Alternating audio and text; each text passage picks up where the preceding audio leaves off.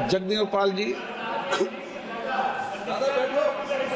अध्यक्ष जी, मैं आपका अत्यंत आभारी हूँ कि आपने आसन पे एक व्यवस्था दी और पूरा सदन फिर आपके उस व्यवस्था के बाद इस सदन को उस संविधान की जो अपेक्षा आपने अपने सुबह प्रारंभिक उद्बोधन में कहा था कि संविधान हमारी आत्मा है और बिना संविधान के कोई भी राष्ट्र प्राय है, तो आज उस संविधान के प्रति जो आपने 2 दिन की चर्चा रखी है उसके लिए मैं आपका आभार व्यक्त करता हूं।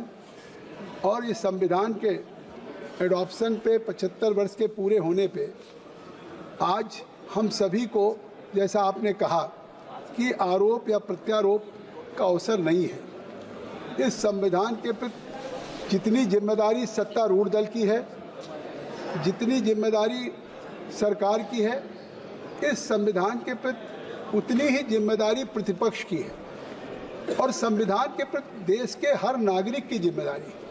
तो आज ये संविधान के प्रति केवल सरकार उत्तरदायित्व नहीं है, आज संविधान के प्रति अगर एक संवैधानिक रूप से इस सदन में हम चुन करके आए हैं तो हम सब की जिम्मेदारी है, हम सत्ता पक्ष के हैं या प्रतिपक्ष के हों, और उस जिम्मेदारी का निर्वहन करना चाहिए।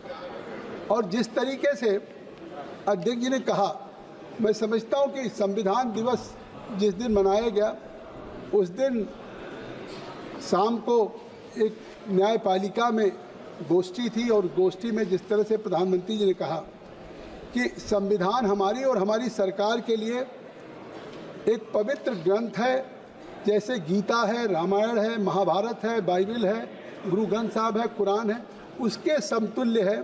तो आज जब हम इस तरीके से इस संविधान के उस पर हम चर्चा कर रहे हैं तो आप सोचिए कि इस संविधान को बनाने के लिए जो कॉन्स्टिट्यूएंट असेंबली पहली बार बैठी ड्राफ्टिंग कमेटी की 9 दिसंबर 46 को, और जब फाइनल मीटिंग हुई 26 नवंबर 49 को और 4 नवंबर 1948 को असेंबली में ड्राफ्ट प्रस्तुत हुआ, तो लगभग 2 वर्षों तक हम इस ड्राफ्ट पे डिस्कशन करते रहे, डिबेट उस समय के लोग करते रहे और अल्टीमेटली जाकर के 26 नवंबर 1949 को हमारा इंडियन कॉन्स्टिट्यूशन या भारत का संविधान अंतिम बैठक में 284 सदस्यों के हस्ताक्षर से हुआ, जो कि आज केवल भारत का वो संविधान आज केवल भारत के लिए गवर्नेंस के लिए, भारत के लिए मार्गदर्शन नहीं कर रहा है,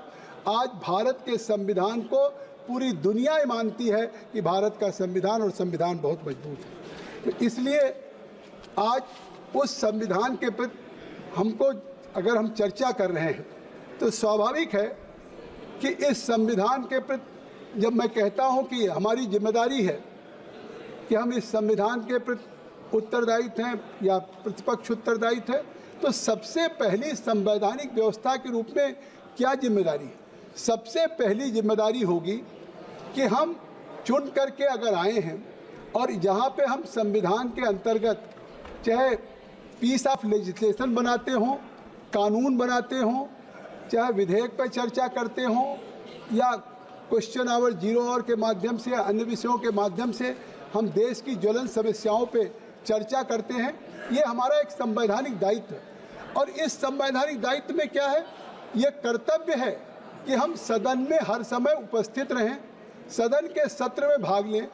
लेकिन आज जो सदन के संविधान की बात करते हैं, संविधान के आरक्षण की बात करते हैं, मैं देखता हूं कि जब सत्र चल रहा है तो सदन में उपस्थित रहने के बजाय कभी हाथरस जा रहे हैं, कभी संभल जा रहे हैं। ये कितना संवैधानिक दायित्व का निर्वहन कर रहे हैं, कदाचित पूरा देश देख रहा है कि शायद ये संविधान की पूजा। क्योंकि अगर क्या जिम्मेदारी है हमारा क्या दायित्व है?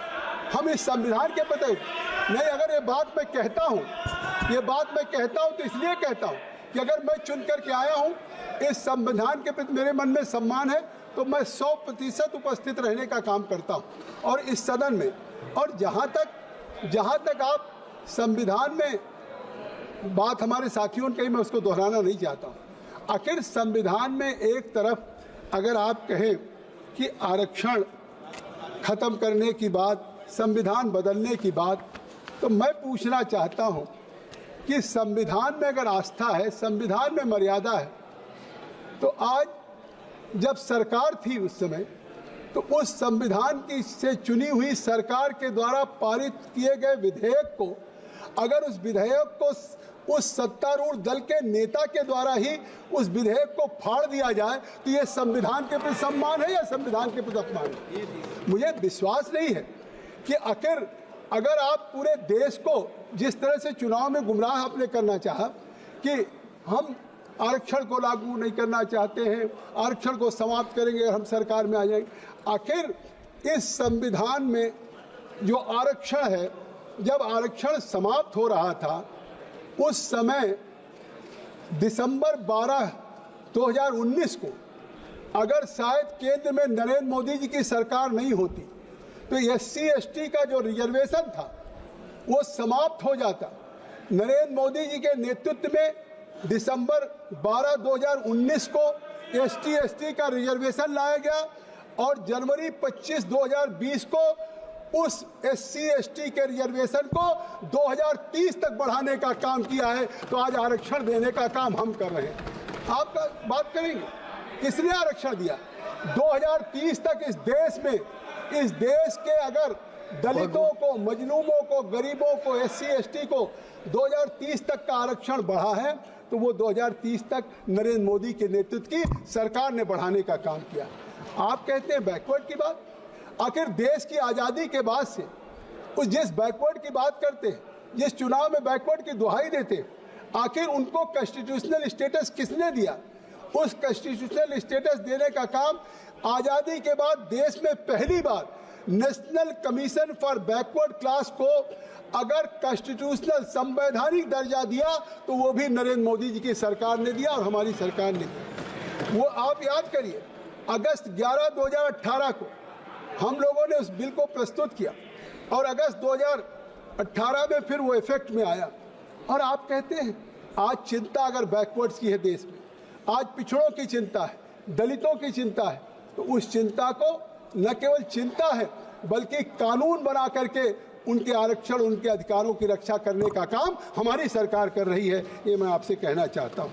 और इसी तरह से नहीं, पहली बार आज़ादी के बाद मैं आपसे कहना चाहूँ कि जो हमारा 103वां 103rd कॉन्स्टिट्यूशनल अमेंडमेंट 2019 में हुआ, मैं पूछना चाहता हूँ कि उस अमेंडमेंट में आप भी मौजूद थे, बैठे थे बहुत से साथी, आपने भाग लिया।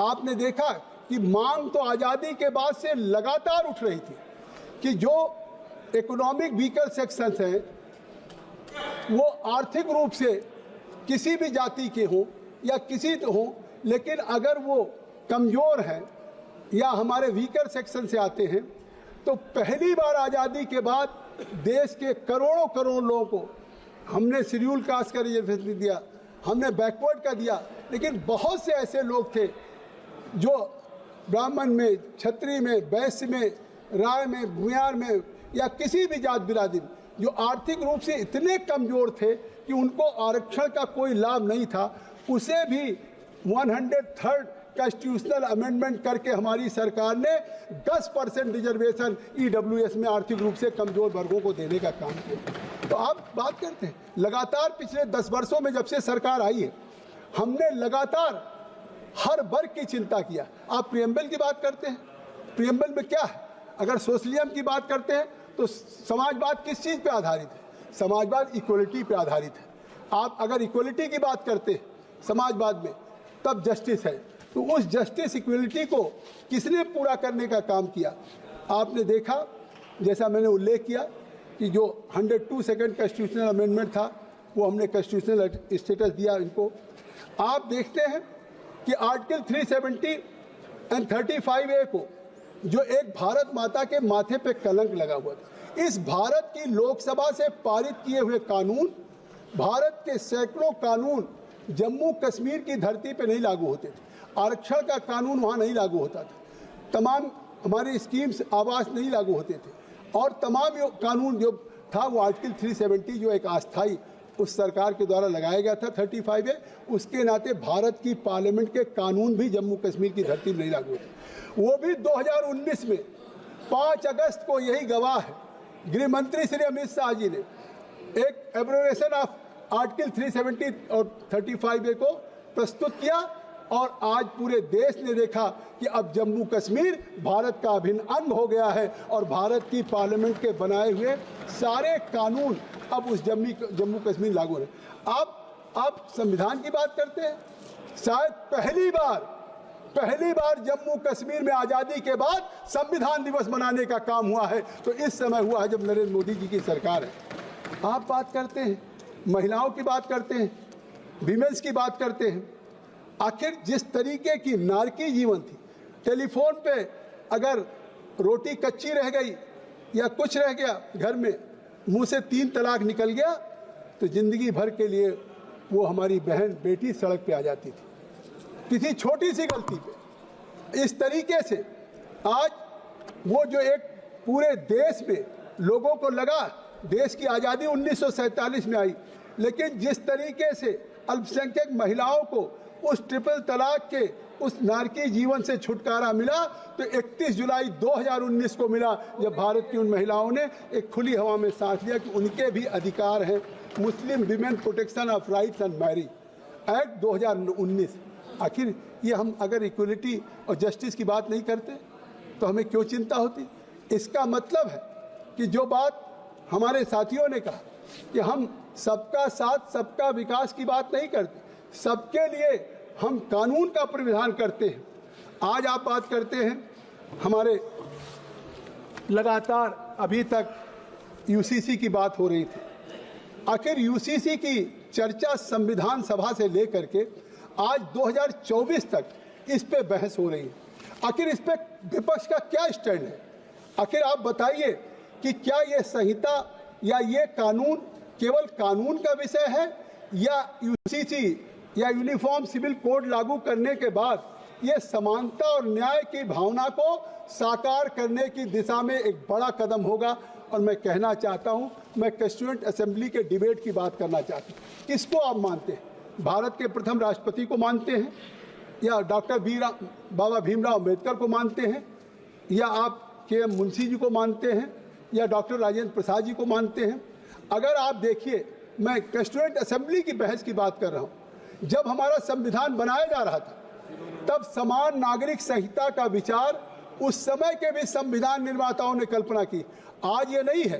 आज वो आर्टिकल 44 में directive principle of state policy में है, नीति निर्देशक तत्वों में है। और वो directive principle of state policy, उस पर क्या कहा था? डॉक्टर BR अम्बेडकर ने कहा था, मैं कोट कर रहा हूं, ये जगदम्बिका पाल नहीं कह रहे, हमारी पार्टी हमारी सरकार नहीं कह रही, ये डॉक्टर BR अम्बेडकर ने कहा, समान नागरिक संहिता देश की एकता और अखंडता के लिए आवश्यक है। इसका उद्देश्य नहीं है कि किसी की धार्मिक स्वतंत्रता को प्रभावित किया जाए, बल्कि समाज में समानता लाई जाए।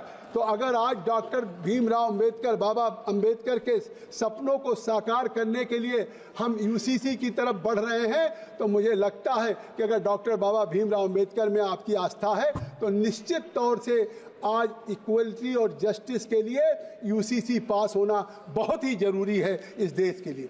मैं पूछना चाहता हूं कॉन्स्टिट्यूएंट असेंबली में श्री KM मुंशी ने क्या कहा था?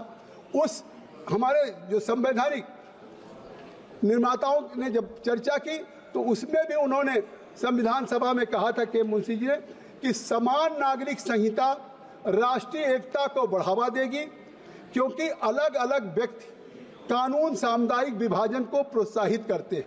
ये बात कॉन्स्टिट्यूएंट असेंबली के वो लोग जिन्होंने संविधान निर्माता हैं, ड्राफ्ट कमेटी के मेंबर हैं, उन्होंने कहा कि जिसने भारत के धर्मनिरपेक्ष ताने बाने को कमजोर किया है, तो आज उस समान नागरिक संहिता जिसकी बात आज नरेंद्र मोदी जी के नेतृत्व में उसको लाने की बात हो रही है, आज उसकी बात बाबा भीमराव अम्बेडकर ने कहा था, उसके सपनों को हम साकार करने जा रहे हैं कि मुंशी जी के सपनों को साकार करने। आखिर मुंशी जी ने उस समय भी ये कहा था कि चाहे ऐसे तमाम अल्पसंख्यक देश हैं, मुस्लिम देश हैं, चाहे टर्की है, इजिप्ट है, ऐसे तमाम देश हैं जहां उन मुस्लिम बहुल देशों में विभिन्न समूहों के लिए व्यक्तिगत कानून के बिना यूनिफॉर्म कोड को सफलतापूर्वक लागू किया गया। अगर तमाम इस्लामिक कंट्री में इस तरह का कानून है तो हम क्यों नहीं कर सकते, जबकि वो इस्लामिक कंट्री। उसमें संकेत मिलता है कि आखिर अगर आज भारत को आधुनिक की दिशा में बढ़ना है, और ये बात मैं डिबेट का एक कोट पढ़ दे रहा हूँ के मुंशी का, ए further argument has been advanced that the enactment of a civil code would be tyrannical to minority. Is it tyrannical? Nowhere in advanced Muslim country, the personal of each minority has been recognized as a so sacrosanct as to prevent the enactment of civil code. Take for instance Turkey or Egypt. No minority in these countries is permitted to have such rights. But I go further. When the Shariat Act was passed, or when certain laws were passed in the central legislative in the old regime, the Khojaj and Kuchi amendments were highly dissatisfied. तो अगर इस तरह की countries में मैं कहता हूँ नहीं, आप इसका निश्चित तौर से, this is court and it is part of constituent assembly which was delivered by Shri के एम मुंशी जी। तो आज उस मैं कह रहा हूँ कि उस समान नागरिक संहिता की बात को उस समय संविधान के अनुच्छेद 44 में रख दिया गया, और संविधान के अनुच्छेद 44 में उसको directive principle of state policy रखा। आज फंडामेंटल राइट की बात करते हैं, लेकिन क्या आज़ादी के बाद अगर नीति निर्देशक तत्व directive principle of state policy ये जो बनाने वाले लोग हैं, चाहे उसमें हमारे डॉक्टर राजेंद्र प्रसाद जी ने भी कहा था, उन्होंने कहा था, डॉक्टर राजेंद्र प्रसाद जी ने संविधान सभा में कहा था, अगर हम समान नागरिक संहिता की ओर नहीं बढ़ते, अगर हम समान नागरिक संहिता की ओर नहीं बढ़ते तो हम न्याय और समानता की नींव पर खड़े अपने लोकतंत्र को कमजोर करेंगे। सरदार वल्लभ भाई पटेल ने क्या कहा था? सरदार वल्लभ भाई पटेल ने कहा था, देश में एक कानून होना हमारी राष्ट्रीय एकता का प्रतीक होगा। तो अगर आज हम यूनिफॉर्म सिविल कोड की बात कर रहे हैं तो ये हम सरदार वल्लभ भाई पटेल की बात कर रहे हैं। Please be seated. दादा, you are well aware, you have gone through the constituent assembly speeches, I think so you will endorse me. ऐसा थोड़ी दादा, तुम्हें की डॉक छे तो मैं दादा तो मैं एक बात कहना चाहता कि आज चाहे डॉक्टर राजेंद्र प्रसाद जी हों, वल्लभ भाई पटेल जी हों, के एम मुंशी जी हों, आज जो ये आर्टिकल 44 है जिसमें अभी directive principle of state policy है, आज जब से नरेंद्र मोदी जी प्रधानमंत्री बने, आज पहली बार देश में directive principle of state policy का सपना उन्होंने कहा कि हमारे उन निर्माताओं ने, संविधान निर्माताओं ने देखा तो हम सबको बुनियादी सुविधाएं देंगे। और आज पूरे देश में उस directive principle of state policy में चाहे लोगों को आवास देना हो, चाहे लोगों के 18,000 गाँव में विद्युत पहुंचाने का काम हो, apart from cast, creed, religion, ये पहली सरकार है। अगर चाहे प्रधानमंत्री किसान सम्मान निधि देती है तो ये नहीं कि कौन किस जाति का है, कौन किस बिरादरी का है।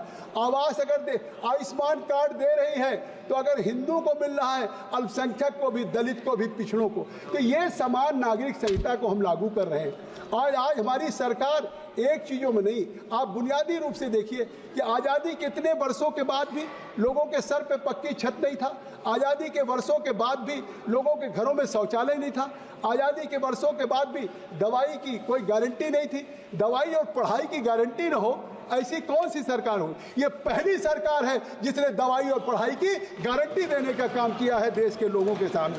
तो आज जिस तरीके से जब हमारे डॉक्टर अंबेडकर साहब ने अपने ड्राफ्ट कॉन्स्टिट्यूशन में, उस कॉन्स्टिट्यूशन असेंबली में कहा था, उस समय ये directive principle of state policy 44 नहीं था, उस समय ड्राफ्ट आर्टिकल 35 था। जो हमारे यूनिफॉर्म सिविल कोड का जो प्रोविजन था वो ड्राफ्ट आर्टिकल में 35 था, और उस पर नवंबर 4, 1948 को डॉक्टर अंबेडकर जी ने उसकी वकालत किया। फिर नवंबर 23, 1948 को उस पर डिबेट हुआ और वोट हुआ उसी आर्टिकल 35 पे, और डॉक्टर अंबेडकर, के एम मुंशी, यलादी कृष्णा स्वामी, इन तमाम लोगों ने उसमें भाग लिया और सब ने कहा कि यूनिफॉर्म सिविल कोड इस देश के लिए बहुत आवश्यक है। आज तक कांग्रेस पार्टी ने नहीं किया, उनको जवाब देना होगा। वो इसलिए नहीं किया कि अगर सुप्रीम कोर्ट ने शाहबानो केस का फैसला किया तो ये तुष्टीकरण की राजनीति में उस शाहबानो केस के फैसले को बदल दिया और यहाँ पे बिल ला करके ये बात करेंगे यूनिफॉर्म सिविल कोड की, ये बात करेंगे यूनिफॉर्म सिविल कोड की। इनको देश की समानता, ये वो कहेंगे कि देश की परिसंपत्तियों पे पहला अधिकार अल्पसंख्यकों का है।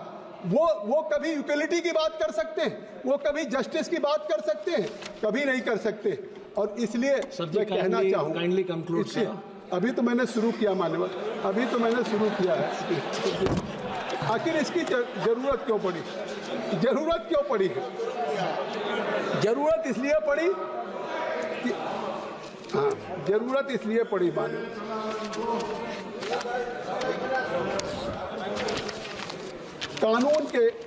कानून के सामने इसलिए जरूरत है यूसीसी की कि एक समानता होनी चाहिए, इक्वलिटी होनी चाहिए। आज वर्तमान में सभी के अलग अलग हैं। आप मान्यवर ऐसे 14-15 कानून हैं कि जो आप देखेंगे कि अगर ये नहीं हुआ तो आप सोचिए कि इसको हम कब करेंगे। और हम दो चीज़ों पे मानते हैं कि एक तो जो अमेंडमेंट हुए वो क्वालिटेटिव अमेंडमेंट है, गुणवत्तापरक है, या क्वांटिटेटिव है। बस फ़र्क क्या है कि हमारी सरकार ने जो भी अमेंडमेंट्स किए, मैंने कुछ अमेंडमेंट्स का उल्लेख किया, लेकिन जितने भी अमेंडमेंट्स हुए वो इस देश के हित में था, इस देश के लोगों के हित में था। और इनके ज़माने में भी अमेंडमेंट हुआ। आपको याद होगा 42 जो कॉन्स्टिट्यूशनल अमेंडमेंट हुआ था, 42वां संशोधन हुआ था जिसको मिनी कॉन्स्टिट्यूशन कह रहे थे, उसमें अब्यूज ऑफ ह्यूमन राइट्स हुआ।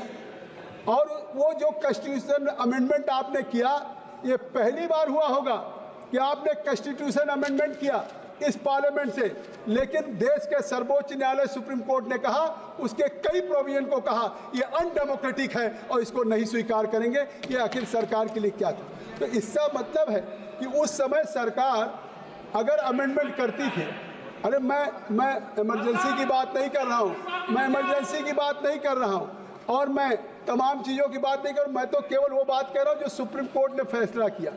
और सुप्रीम कोर्ट ने ये फैसला किया कि इसके प्रोविजंस जो हैं वो जजमेंट दिया उन्होंने स्पष्ट तौर से। तो मैं आपसे कहना चाहता हूँ सर जी, काइंडली इस तरीके से सर जी हमारे फैसले कंक्लूड कीजिए। आज आप देखिए, कृपया अभी तक एक कॉलोनियल हमारे कानून चले आ रहे थे। अगर हमने 3 नए कानून बनाए तो भारतीय न्याय पहले क्या था, वही इंडियन पेनल कोड, तब दंड देने के लिए था। आज़ादी के बाद से चिंता नहीं थी कि आम जनता को न्याय मिल सके। वही भारतीय दंड संहिता, इंडियन पेनल कोड, CRPC, और आज हमने उसकी जगह पे दंड देने की जगह पे न्याय देने के 3 कानून बनाने का काम हमारी मंत्री ने किया। भारतीय न्याय संहिता हो, BNS हो, उसको हमने इंडियन पेनल कोड से रिप्लेस किया। भारतीय नागरिक सुरक्षा संहिता हो, उसको CRPC से रिप्लेस किया। भारतीय साक्ष्य अधिनियम BSA हो, उसको इंडियन एविडेंस एक्ट से हमने रिप्लेस किया। तो इस तरीके से जो हमने किया, मैं तो ये कहना चाहता हूँ कि आज हम जो हमारी कॉन्स्टिट्यूशनल में हमारी सरकार की जो स्पिरिट है, आज इस पर जो चर्चा हो रही, जो डॉक्टर अंबेडकर जी ने कहा था एक कॉन्स्टिट्यूशन के लिए कि deep respect and reverence for the constitution, not just for its form but it's a substance, not just it's a letter but it's a spirit, and constitutional morality is essential for effective governance and social progress। तो ये totality में, हम totality में इसको spirit में भी और उसको हमारी सरकार ले रही, और आज उसी का नतीजा है कि अब बस दो मिनट में और समाप्त करेंगे मानव। तो इस तरीके से मैं आपसे कह रहा था कि आज जो भी आज इस संविधान पे चर्चा हो रही है, इस संविधान पे चर्चा हम इसलिए कर रहे हैं कि मान्यवर 2 साल हमने कॉन्स्टिट्यूएंट असेंबली में किया। आज कम से कम 2 दिन तो ये चर्चा कर लें, ये महसूस कर लें कि केवल संविधान की पुस्तक लेके काम नहीं होगा, कि उस संविधान की पुस्तक दिखाने का काम करें, उस संविधान को अंगीकार करने का काम करें, कम से कम उस संविधान के उसको अमल करने का काम करें। आखिर कौन सी संवैधानिक ढांचा आप देखें, आज आप देखिए इस संविधान पे आज जो भी, अगर मैं एक दो उदाहरण दूं तो शायद बहुत हो जाएगा, लेकिन उस 2 साल में जो भी हमारे कंस्टिट्यूएंट असेंबली में डिबेट हुआ था और उस डिबेट में धन्यवाद जो निकल करके आया, मालवेंद्र सिंह, मैं आपको कहना चाहता हूं, मैं धन्यवाद देना चाहता हूं आपको, जो आपने मुझे इतना समय दिया, मैं आपका आभारी हूं। धन्यवाद। Sir mic